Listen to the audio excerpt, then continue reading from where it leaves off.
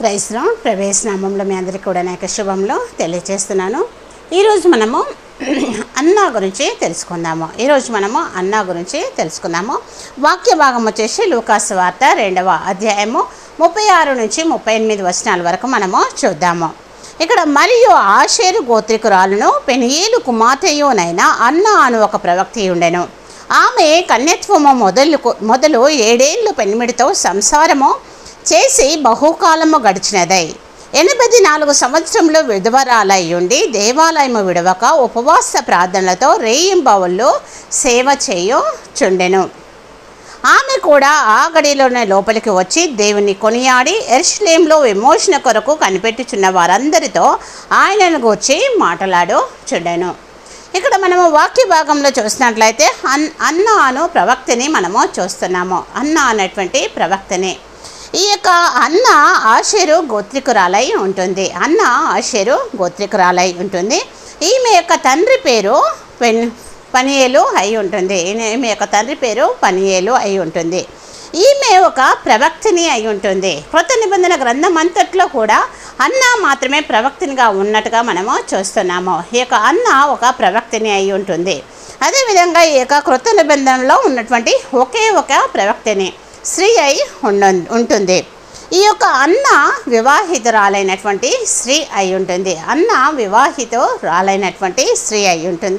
7 సంవత్సరములు కూడా ఆమె భర్తతో సంసారం చేసినటువంటి స్త్రీ అయి ఉంటుంది. 7 సంవత్సరములు భర్తతో సంసారం చేసినటువంటి స్త్రీ అయి ఉంటుంది.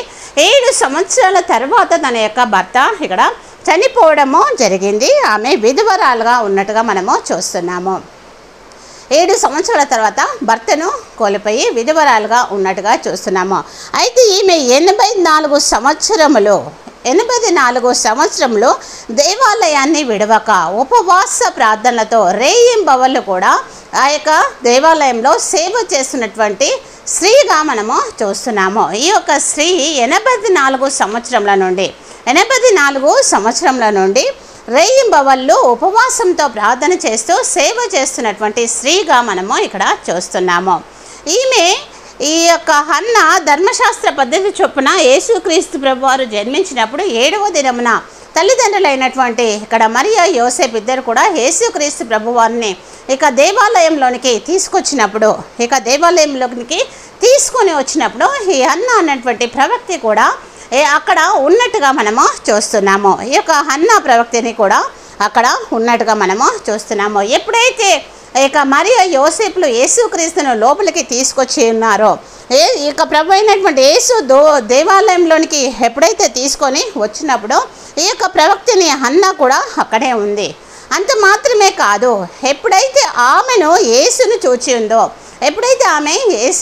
చూచిందో ఆమె ఇశ్రాయేలుల కొరకు విమోచకుడు అని గుర్తించింది. ఆమె యేసుక్రీస్తు ప్రభువారే ఇశ్రాయేలులకు విమోచకుడని గుర్తించి ఆమె ప్రభువుని అక్కడ స్తుతించింది.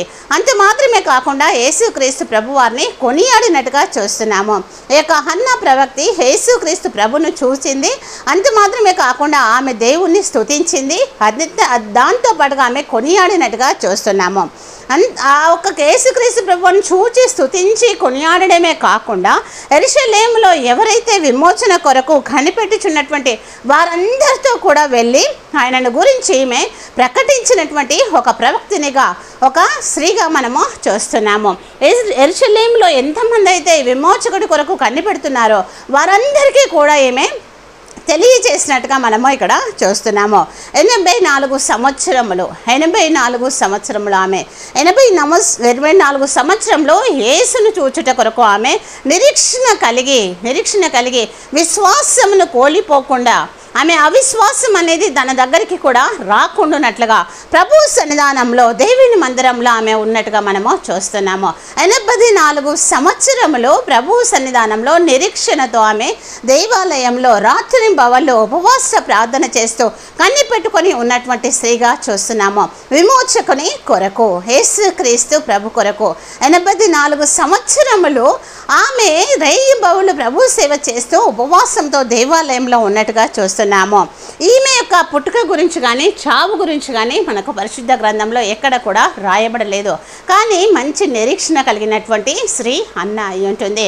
మంచి విశ్వాసం కలిగినటువంటి స్త్రీ హన్నా అయి ఉంటుంది. 84 సంవత్సరంలో నిజంగా ఆమె ఏమాత్రం కూడా తన నిరీక్షణను కోల్పోలేదు. ప్రభు అయినటువంటి యేసుక్రీస్తును చూసినటువంటి ఘనత కలిగినటువంటి స్త్రీగా ఈ యొక్క హన్నా ఉండి ఉంటుంది. యేసుక్రీస్తు ప్రభుని తన కన్నులతో చూసినటువంటి స్త్రీ అయి ఉంటుంది హన్నా.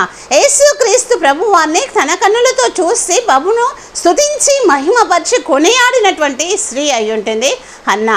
ఇలాంటి గొప్ప భాగ్యము కలిగినటువంటి హన్నా వలె మనం కూడా ప్రభు సన్నిధానంలో నిరీక్షణ కలిగి విశ్వాసంని వదిలిపెట్టకుండా ప్రభు సన్నిధానంలో కనిపెట్టుకొని ప్రార్థించేటువంటి వారంగా ఉండాలి. ఈ విధంగా ఉండుటకు దేవుడు మనందరినీ కూడా దీవించి ఆశీర్వదించును గాక. ఆమేన్.